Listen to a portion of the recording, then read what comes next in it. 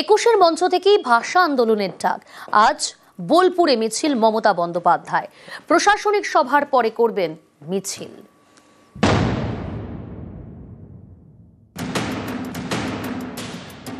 বাংলা ভাষার উপর সন্ত্রাস মানছি না, মানব না। ভাষা আন্দোলন শুরু হলো।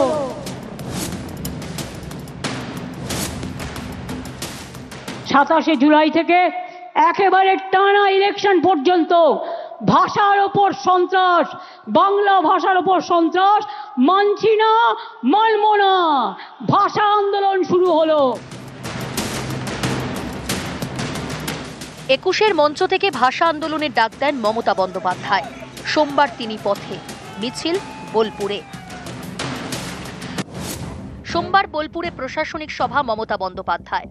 সভা শেষে দুপুরে মিছিল বোলপুর টুরিস্ট লজ থেকে জাম্বুনি পর্যন্ত। মিছিল শেষে কঙ্কালীতলা অথবা সোনাঝুরি হাটে যেতে পারেন। মঙ্গলবার ইলাম বাজারে সরকারি অনুষ্ঠান। 27 জুলাই থেকে একেবারে টানা ইলেকশন পর্যন্ত ভাষার উপর সন্ত্রাস, বাংলা ভাষার উপর সন্ত্রাস মানছি না, মানব না। ভাষা আন্দোলন শুরু হলো।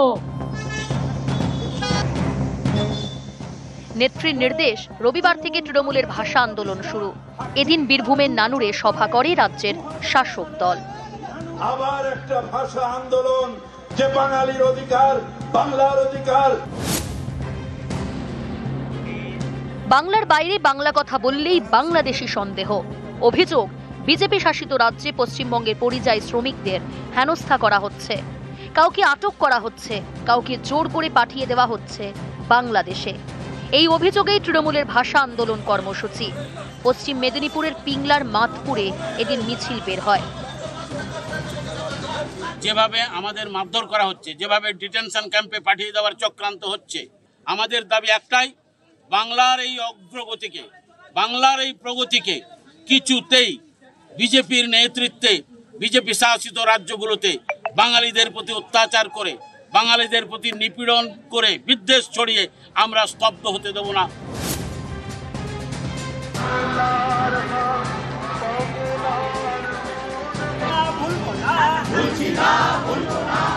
হুগলির চুচুড়া, এখানেও মিছিল করে তৃণমূল কংগ্রেস।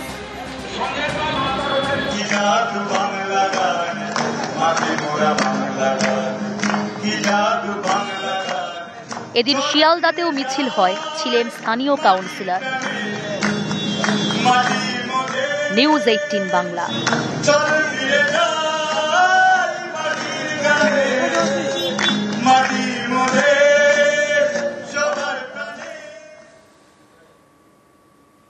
বিজেপির রাজ্যে বাঙালিদের ওপর অত্যাচার। একুশের মঞ্চেই ভাষা আন্দোলনের ডাক দিয়েছেন মমতা বন্দ্যোপাধ্যায়। আজ কবিগুরুর মাটিতেই ভাষা আন্দোলনের তৃণমূল নেত্রী। 26শে ভোটের আগেই বাঙালি জাত্যাভিমানে শান।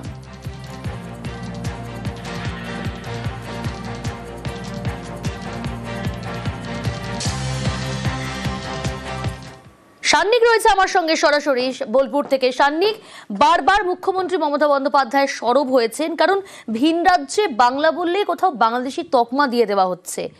আজকে ভাষা আন্দোলনের ডাক একুশের মঞ্চ থেকে দেওয়ার পর এই মহা মিছিল একেবারে কবিগুরুর মাটিতে, কতটা তাৎপর্যপূর্ণ রাজনৈতিকভাবে? কারণ বছর পেরোলেই 26-এর নির্বাচন, তার আগে আজকের এই মহা মিছিল।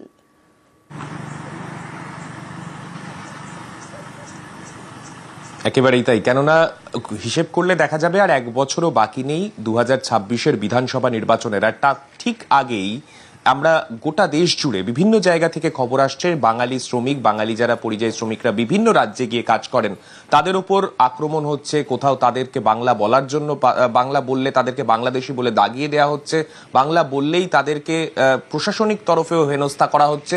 এই অভিযোগ বিভিন্ন জায়গা থেকে উঠে এসেছে। আর সেই বিষয়কেই রাজনৈতিকভাবে হাতিয়ার করছেন মুখ্যমন্ত্রী মমতা বন্দ্যোপাধ্যায়, এবং তিনি রাস্তায় নামতে চলেছেন আজকে থেকে, সেইটা তিনি ঘোষণা করে দিয়েছেন 21-এর জনসভা থেকে। 21শে জুলাইয়ের যে জনসভা, সেই জনসভায় তিনি দাঁড়িয়ে ঘোষণা করেছিলেন এই ভাষা আন্দোলনের কথা, এবং যে জায়গাকে তিনি বেছে নিয়েছেন তা অবশ্যই তাৎপর্যপূর্ণ। কেননা গোটা দেশ জুড়ে, বা বলা ভালো আন্তর্জাতিক স্তরে, বাঙালি হিসেবে রবীন্দ্রনাথ ঠাকুরের নাম প্রত্যেকে জানেন। রবীন্দ্রনাথ ঠাকুর বললে বাঙালিকে চেনেন প্রত্যেকে, তাই সেই বাঙালি অস্মিতাকে যখন তিনি শান দিচ্ছেন, সেক্ষেত্রে রবীন্দ্রনাথ ঠাকুরের মাটি, এই বোলপুর বিশ্বভারতীর এলাকা, এই জায়গা থেকেই তিনি তার আজকের কর্মসূচি শুরু করছেন এবং বলা ভালো এই ভাষা আন্দোলন তিনি শুরু করছেন এবং পরবর্তীতে বিভিন্ন জেলাতে তিনি তার কর্মসূচি করবেন এবং বিভিন্ন জেলাতে তৃণমূল কংগ্রেস 2026-এর নির্বাচনের আগে পর্যন্ত তারা এই কর্মসূচি তারা চালিয়ে যাবে। কেননা যেভাবে বিভিন্ন রাজ্যে শ্রমিকদের ওপর অত্যাচার হচ্ছে বলে তৃণমূল অভিযোগ করছে এবং পাশাপাশি বিভিন্ন জায়গায় অনেককে বাংলাদেশি বলে অনৈতিকভাবে তাদেরকে পুশব্যাক করা হচ্ছে বলে অভিযোগ উঠছে, সেই সমস্ত কিছুকে সামনে রেখে নির্বাচনী অস্ত্র হিসেবে এই অস্ত্রকে শান দিতে চলেছে তৃণমূল কংগ্রেস, সেটা কিন্তু একেবারেই স্পষ্ট। আজকে মিছিল রয়েছে 3 কিলোমিটার পথ, মুখ্যমন্ত্রী মমতা বন্দ্যোপাধ্যায় তিনি আজকে হাঁটতে চলেছেন এবং সেখানেও বাঙালি অস্মিতাকে শান দিয়ে বিভিন্ন স্লোগান থাকছে। বাঙালি বলতে যে বাউল গান, যে সংস্কৃতি, যে যা যা বোঝানো হয়, সেই সব কিছুই কিন্তু আজকে থাকতে চলেছে এই মিছিলে। প্রিয়াঙ্কা, বেশ। নিম্নচাপ সরলেও বৃষ্টি চলবে। সোমবার থেকে দক্ষিণবঙ্গে ভারী বৃষ্টির পূর্বাভাস। জুলাইয়ের পরে আগস্টের শুরুতেও ভারী বৃষ্টি উত্তরে।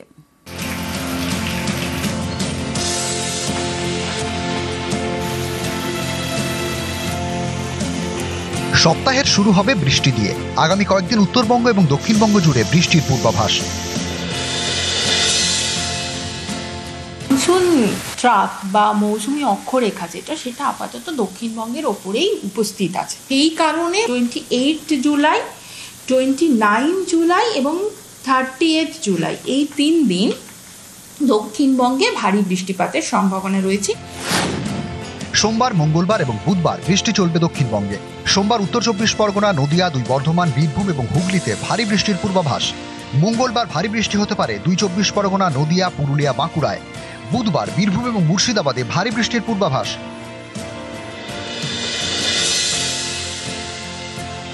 জুলাই মাসের শেষটা হবে বৃষ্টি দিয়ে। অগস্ট মাসও বৃষ্টি দিয়ে শুরু করবে উত্তরবঙ্গ। সব জেলায় হালকা থেকে মাঝারি বৃষ্টি চলবে। সোমবার কালিম্পং, মালদা এবং দক্ষিণ দিনাজপুরে ভারী বৃষ্টির পূর্বাভাস। মঙ্গলবার বৃষ্টি বাড়বে উত্তর দিনাজপুর, দার্জিলিং এবং জলপাইগুড়িতে। বুধবার বৃষ্টি কমবে উত্তরবঙ্গে। বৃহস্পতি, শুক্র এবং শনিবার ভারী থেকে অতি ভারী বৃষ্টির পূর্বাভাস। 1 আগস্ট ভারী বৃষ্টির সম্ভাবনা জলপাইগুড়ি, আলিপুরদুয়ার, কোচবিহার জেলাতে।